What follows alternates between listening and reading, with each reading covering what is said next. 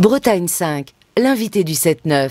Et ce matin, nous recevons Antoine Esnault, il est coordinateur régional pour la Bretagne des Jeunes avec Macron. Il est venu de Rennes spécialement pour être au micro et à l'heure dans le studio de Bretagne 5 en direct. Et je le remercie. Bonjour. Bonjour. Alors on va parler de politique ce matin, je crois que le moment est bien choisi, on a beaucoup d'actualités politiques avec la présidentielle qui arrive à grands pas et juste après les législatives. Je disais en commençant que vous êtes coordinateur régional pour la Bretagne des Jeunes avec Macron.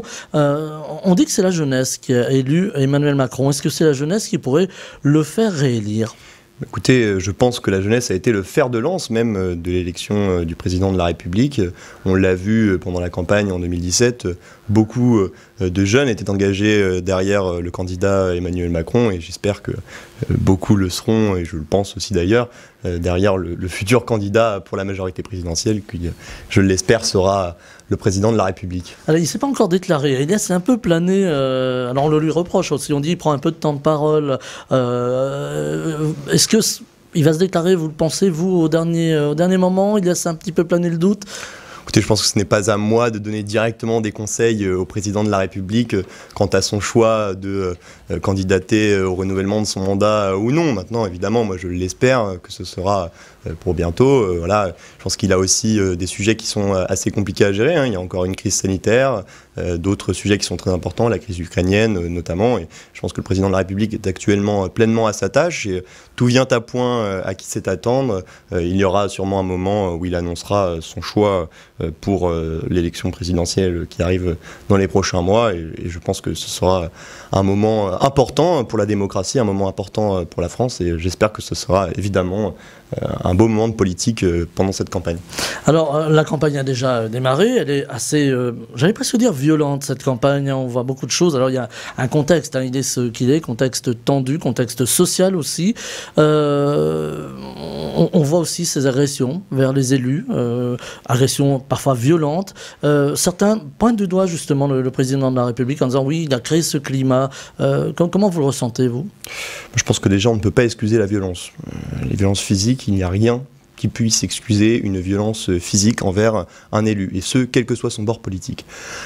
Maintenant, oui, vous l'avez dit, il y a une violence verbale, il y a une violence physique, on l'a vu, des agressions d'élus, parfois des injures qui sont proférées dans le débat public, parfois même par certains candidats à l'élection présidentielle, il y a des propos qui sont juste ignobles, je pense notamment aux propos qu'a pu tenir Éric Zemmour récemment sur la Shoah, sur la collaboration, et je pense que c'est assez révélateur en réalité d'une idéologie qui est très fortement représentée dans le mouvement d'Éric Zemmour. Moi, je respecte évidemment la candidature du candidat Zemmour, mais il y a certains propos qui ne devraient pas relever pour moi du champ politique.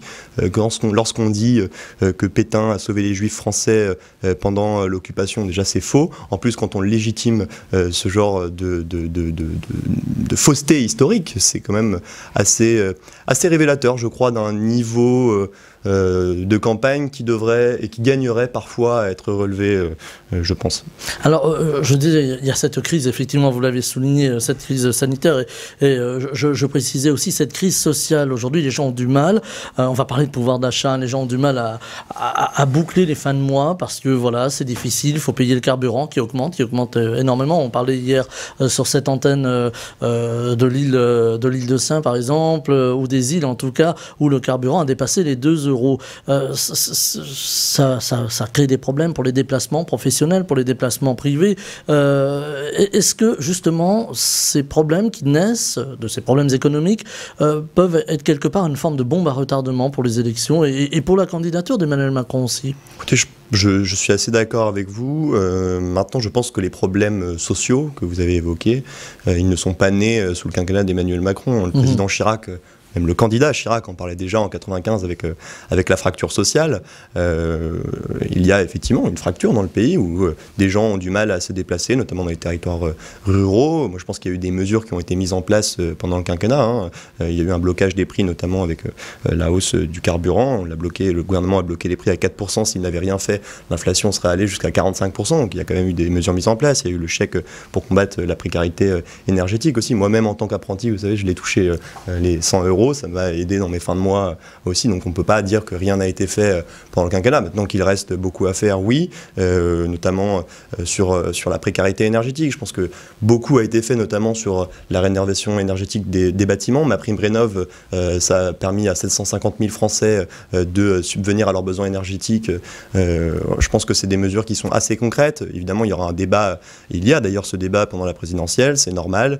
On ne peut pas se réjouir de voir aujourd'hui une certaine précarité pour beaucoup de Français. Il faut réduire les inégalités, c'est ce que nous avons fait pendant le quinquennat. C'est aussi la raison de mon engagement initial. Moi, vous savez, je viens de la classe moyenne. C'est aussi une des raisons qui a poussé mon engagement politique. Alors, il y a aussi les problèmes de l'énergie. Alors là, on l'évoquait à travers cette précarité énergétique, cette difficulté qu'ont les Français aussi à payer leur électricité. Alors justement, il en est beaucoup question d'électricité avec la transition énergétique. Emmanuel Macron se déplace d'ailleurs aujourd'hui voilà, à Belfort, où il est programmé de racheter une des filiales d'Alstom qui avait été vendue. Alors on a un peu reproché à Emmanuel Macron. Il avait vendu cette filiale aux Américains, General Electric, et aujourd'hui il demande finalement à EDF de récupérer cette filiale, de la faire revenir dans le giron français. Alors pour en revenir au sujet Alstom, effectivement il y avait eu la vente à General Electric il y a 7 ans ou 8 ans je crois, qui s'était faite dans un contexte particulier, où la situation était compliquée, il y avait besoin de restructuration, il y avait eu des engagements qui ont été pris notamment en matière de création d'emplois, qui seront tenus in fine par General Electric. Il va y avoir un rachat de la branche nucléaire avec les turbines, c'est je pense essentiel dans le moment que nous connaissons, où nous avons besoin d'investir dans le nucléaire. Et je pense que sur ces sujets-là, il faut sortir du débat idéologique et remettre la science au milieu du village. Parce que quand moi je vois dans le débat public des extrêmes, d'un côté comme de l'autre, l'un avec incarné plutôt par Yannick Jadot et Jean-Luc Mélenchon, qui nous disent qu'on va pouvoir se passer du nucléaire et avoir un scénario à 100% renouvelable. Je pense qu'il n'y a pas plus, révélateur en termes de précarité sociale que de promettre, et de précarité énergétique que de promettre un scénario à 100% renouvelable, parce qu'on le sait aujourd'hui, l'énergie nucléaire est une énergie décarbonée qui est peu chère et non intermittente, qui permet d'assurer une sécurité énergétique et un approvisionnement essentiel au pays. Donc ça c'est la première phase. Vous avez ce candidat-là, M. Jadot, qui va plutôt à l'encontre de ce qu'est la science, en promettant des choses qui ne sont pas réalisables. Un mix énergétique à 100% renouvelable, ce n'est pas possible aujourd'hui. Et les éoliens ne font pas forcément non plus bon ménage. Justement, c'est là où ça va me permettre d'aborder le second biais, le second extrême, si je puis dire, avec de l'autre des candidats qui parfois à droite, à l'extrême droite, je pense d'ailleurs sans y croire forcément, nous disent qu'après tout, il ne faut plus construire d'éoliennes, qu'il ne faut pas investir dans le solaire. Et je pense que c'est simplement des magots. RTE nous le dit clairement, le maximum que nous pourrons avoir dans notre mix énergétique, en termes de nucléaire, c'est 50%. Donc il va bien falloir pallier le reste du mix énergétique, les autres 50%, par des énergies renouvelables. Ou alors ces candidats-là assument de nous dire qu'il faut avoir 50% d'énergie fossile en plus dans le mix énergétique. Je pense que c'est tout simplement pas réalisable au vu des engagements climatiques de la France, notamment la neutralité carbone à horizon 2050. Donc bien sûr que nous allons avoir besoin des énergies renouvelables, comme nous allons avoir besoin du nucléaire. Et pour cela, il faut investir dans l'éolien offshore, qui aujourd'hui, nous avions d'ailleurs des engagements sur cette question, on a pris un peu de retard, parce qu'il y a, vous l'avez parlé tout à l'heure, une difficulté d'acceptabilité des projets. Je pense on le voit en baie de Saint-Brieuc. Évidemment, nous sommes à côté de Saint-Brieuc, c'est un sujet. Il va falloir investir dans l'éolien offshore, on le sait.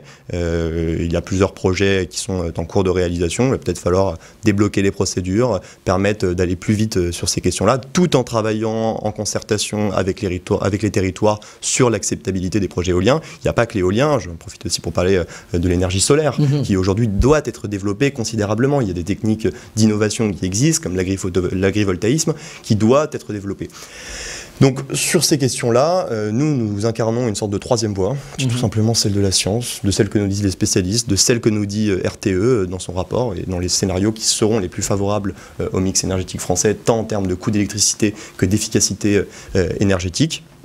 Et nous incarnons cette troisième voie qui est de dire que nous devons avoir un mix énergétique à 50% nucléaire et à 50% renouvelable pour sortir au plus vite des énergies fossiles et pour répondre à la demande d'électricité, parce que nous allons consommer beaucoup plus d'électricité vu qu'il y aura une électrification massive des besoins des Français, je crois à 35%, une augmentation de 35% de la consommation d'électricité d'ici à 2030, donc oui, c'est une nécessité. Avec les voitures électriques aussi qui vont arriver dans le circuit. On ne pourra pas électrifier le circuit automobile français sans passer par le nucléaire. Enfin, je pense que c'est une évidence. Alors aujourd'hui se tient à Brest le One Ocean Summit, donc qui est le sommet des océans, on l'a un petit peu rebaptisé comme ça en bon français.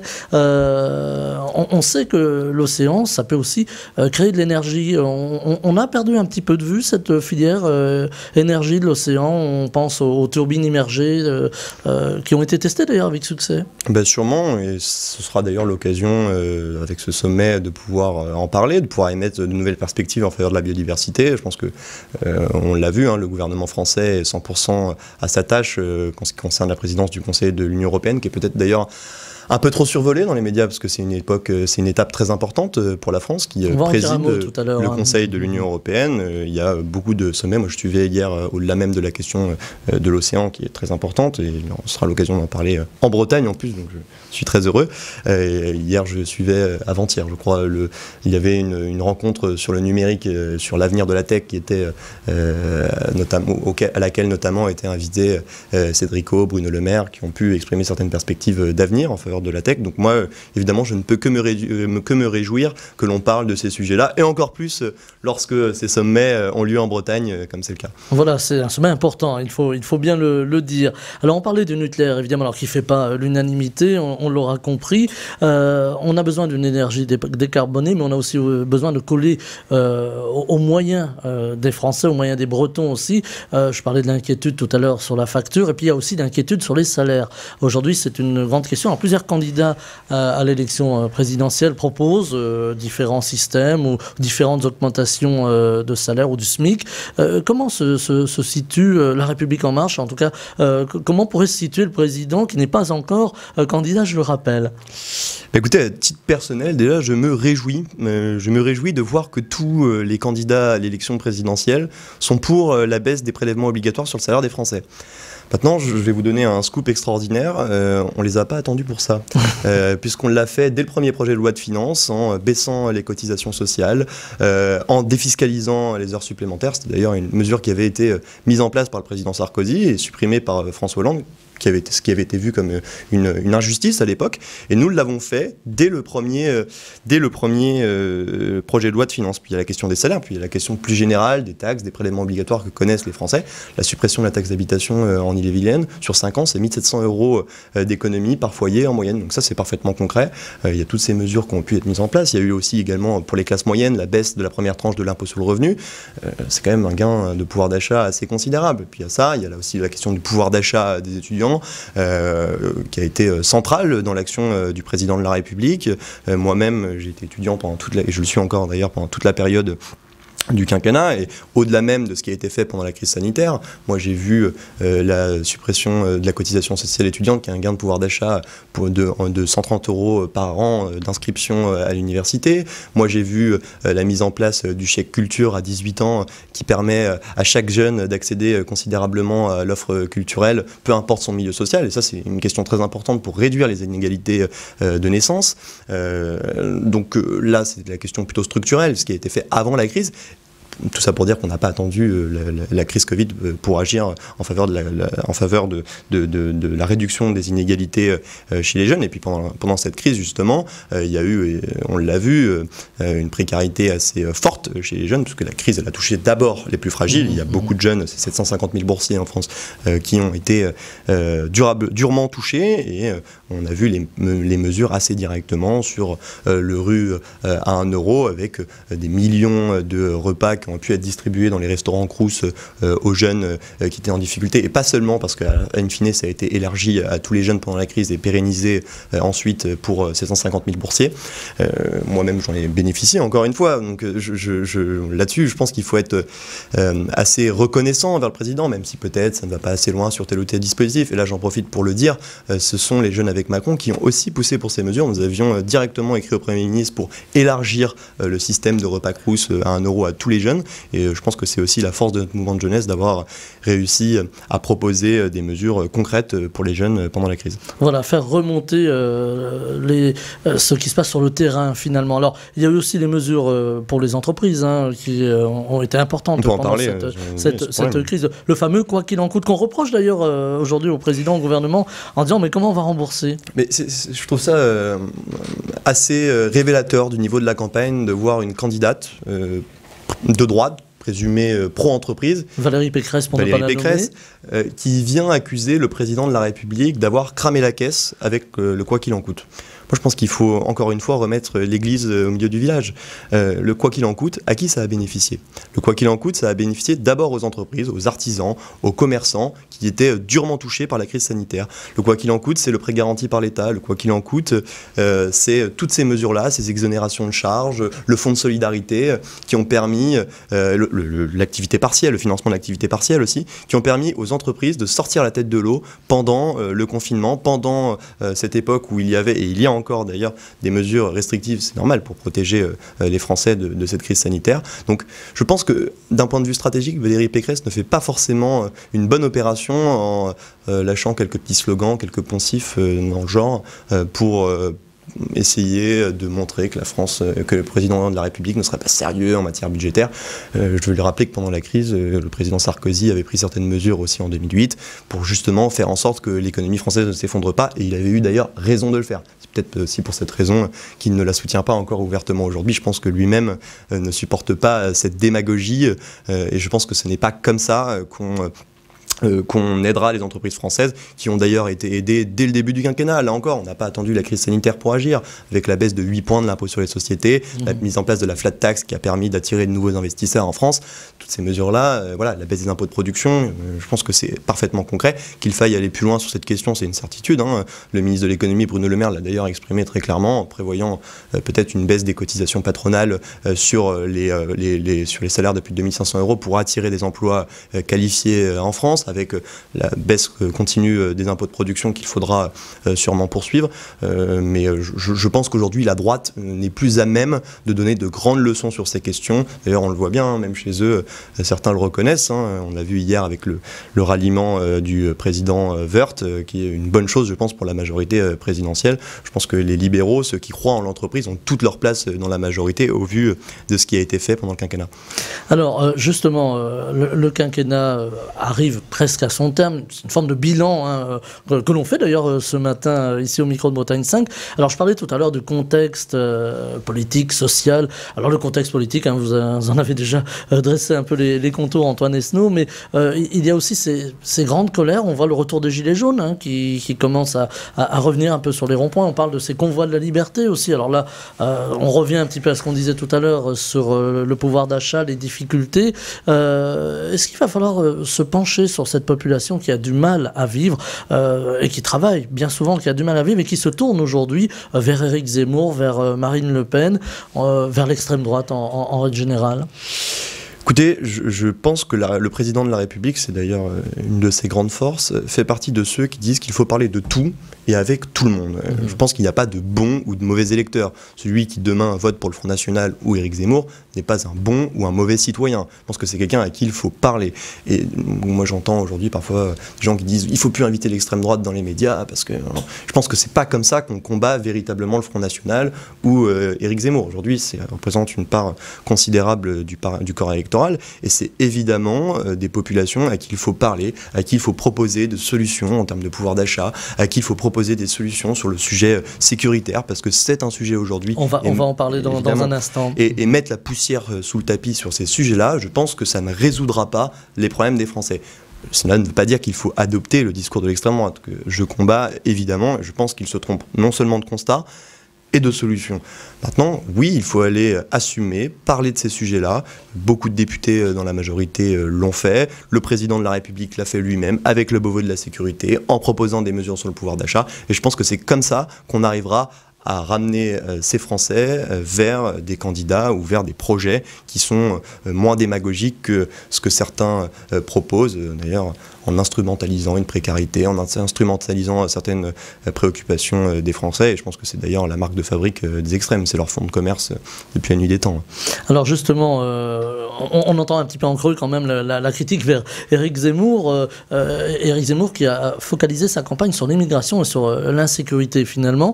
Oui, il y a des problèmes d'insécurité en France. Est-ce que vous estimez qu'on ne les a pas pris, alors j'allais dire en charge, je ne sais pas si c'est le terme bien approprié, mais en tout cas, est-ce qu'on ne s'est pas emparé de la question assez tôt pour retirer cette question-là justement aux extrêmes par exemple ? Eh ben, je pense que c'est une certitude, oui, que beaucoup de politiques ont refusé de parler de ces sujets-là, de peur de passer pour des gens d'extrême droite ou autre.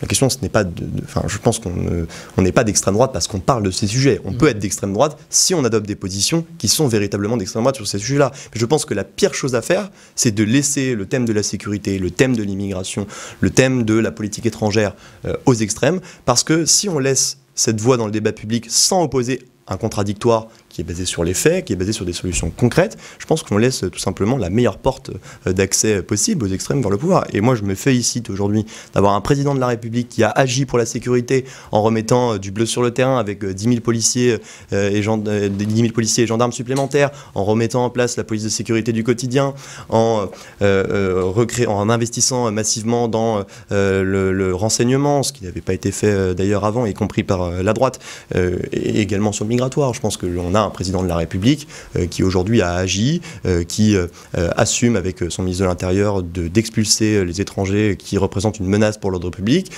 qui assume également d'agir pour l'asile, ce qui a été fait dans la loi Asile-Immigration. Et là encore, je pense qu'il faut, sur le migratoire, sortir de la caricature.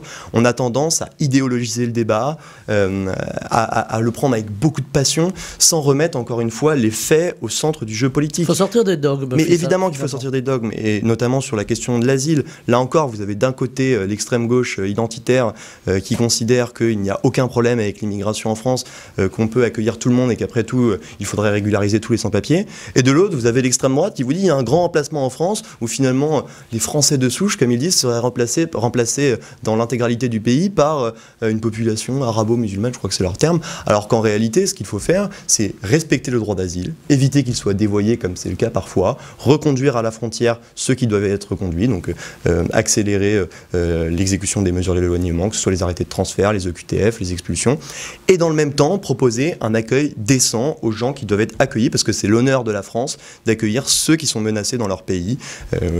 Il a été reproché au président de la République d'accueillir un certain nombre d'Afghans qui étaient menacés de par la situation en Afghanistan. C'est une honte. Quand on reproche au président de la République d'accueillir des gens qui fuient la guerre, on contrevient aux valeurs de la France qui sont celles de l'asile et de l'accueil des populations qui sont dans des pays en guerre et qui risquent leur vie tous les jours. Donc oui, l'immigration est une chance pour la France quand elle est maîtrisée, contrôlée, et c'est d'ailleurs ce que fait le président de la République. Alors il nous reste 3 petites minutes, me dit notre réalisateur. Ça va très vite le matin, Antoine Esnault. J'aurais voulu vous entendre aussi sur la politique étrangère. Il y a une crise entre la France et le Mali aujourd'hui, crise importante puisqu'on parle du retrait purement et simplement des troupes françaises au Mali, de Barkhane. Est-ce qu'il faut enlever les soldats au Mali ou est-ce qu'il faut malgré tout les laisser sur place ? Écoutez, je pense que c'est une question à laquelle on doit refuser la binarité. Il y a effectivement une situation et un contexte très particulier au Mali. Moi, quand j'entendais Madame Pécresse nous parler de honte pour la France par rapport à ce qui s'est passé avec l'ambassadeur, d'ailleurs en se trompant complètement, Gabriel Attal l'avait parfaitement relevé, là encore on est dans la caricature. Et je pense que sur ces questions-là, il faut sortir des petites phrases, sortir du petit jeu politicien, parce que c'est après tout la grandeur de la France. Je pense que c'est l'intérêt supérieur de la nation. Moi, quand j'entends certains candidats de droite, une candidate de droite en particulier, je me dis qu'on est quand même très loin de l'esprit gaulliste. Le Mali, l'Ukraine, on en a beaucoup parlé. Il y a eu cette rencontre entre Emmanuel Macron et le président ukrainien et autres rencontres au sommet, si j'ose dire, avec le président Vladimir Poutine. Alors il y a eu cette image de cette grande table qui a été un petit peu vilipendée sur les réseaux sociaux. Mais si on enlève le côté anecdotique, est-ce que la France pèse encore à l'international dans ce genre de négociation qui n'est pas simple finalement ? Déjà, si l'image a autant été commentée, c'est peut-être parce que le président de la République a une stature internationale et que certains prennent plaisir à faire le commentaire du commentaire de ce qu'aura pu dire Emmanuel Macron. Évidemment que le président de la République a une stature internationale, et il l'a fait dès 2017. Évidemment que le président de la République a su tenir tête à Donald Trump en rappelant ce qu'étaient les accords de Paris notamment. La France pèse sur la scène internationale, que ce soit sur la situation ukrainienne où le président de la République essaye de traiter la situation à bras-le-corps, avec évidemment tout le langage diplomatique qu'il convient d'adopter, et la réelle politique, ça a été notre mot d'ordre. L'intérêt de la France à l'étranger est évidemment défendu, et là encore, il faut arrêter d'être dans la caricature permanente, comme le sont certains opposants. Je pense qu'eux-mêmes, d'ailleurs, ne croient absolument pas à ce qu'ils veulent bien faire croire à leurs électeurs, pour des raisons purement électoralistes que je regrette. Et je pense même que la campagne doit relever d'un certain niveau, voilà. Et je pense qu'aujourd'hui, il y a assez peu de candidats qui font preuve d'un niveau acceptable dans une campagne. Le seul que moi je trouve assez digne, c'est un communiste qui s'appelle Fabien Roussel, avec qui nous sommes en désaccord sur tout un tas de sujets, mais qui au moins a le mérite de proposer des solutions concrètes pour les Français, qui au moins a le mérite d'avoir un projet de société en sortant de la démagogie sur tout un tas de sujets. Donc à ce niveau-là, on peut au moins saluer un redressement de la gauche, enfin, d'une partie de la gauche, grâce à cette candidature. Et c'est là-dessus que nous allons devoir nous arrêter. Antoine Esnault, le temps court très vite, mais la campagne n'est pas finie. Vous reviendrez évidemment au micro de Bretagne 5. Je rappelle que vous êtes coordinateur régional pour la Bretagne des jeunes avec Macron. Vous êtes venu de Rennes spécialement, en train même, donc vous avez aussi été très écologique dans la démarche, en train donc pour nous rejoindre ici au micro de Bretagne 5. Je vous en remercie, je vous souhaite une très belle journée. Merci beaucoup à vous, c'est un plaisir de venir et je salue le travail que vous faites d'ailleurs dans cette radio. C'est un plaisir de voir que l'audiovisuel breton évolue en tout point. Merci. Voilà, même quand il y a parfois quelques tangages, on est là, on tient la barre, comme on dit. Merci beaucoup, il est 8h58. Bretagne 5 matin, le 7-9, Stéphane Hamon.